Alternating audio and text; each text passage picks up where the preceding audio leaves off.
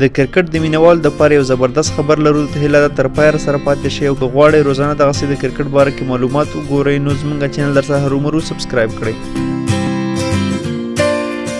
د انګلستان کرکټ بورډ وایي د تړلو دروازو تر شا به یو ځل بیا نړیوال کرکټ پیل کړي.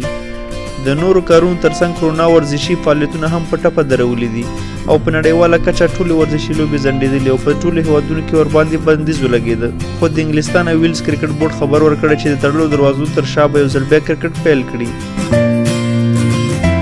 د انګلستان کرکټ بورډ مشر سټیو الورټي ګارډین ته ویلي د تړلو دروازو تر شا به د مۍ تر 28 مخکې لوبې پیل شي.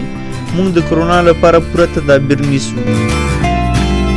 نوموړي وویل لوبغالي ته تر ننوتلو وړاندې به لوبغاړي چیک کیږي او دننه په لوبغالي کې به هم د کرونا وایرس په اړه د عامه پوهاوي لارې چارې ولټوو. سټیو زیاته کړه د ویسټ انډیز سره د انګلستان ټیسټ لوبه د جون په 4مه پیلیږي او تر هغه وروسته پاکستاني لوبډله انګلستان ته راځي. د انګلستان کرکټ بورډ په داسې حال کې یو ځل بیا د نړیوال کرکټ د پیل خبره ورکوي چې په یاد هیواد کې 14,543 کسان د کرونا په وایرس اخته شوي او 995 کسان د کرونا وایرس له امله مړه شوي دي. نو دا اوس زموږ د نن ورځې خبر د نورو خبرونو دپاره زموږ سره پاتې شئ. مننه ډېره زیاته. الله مو مل شه.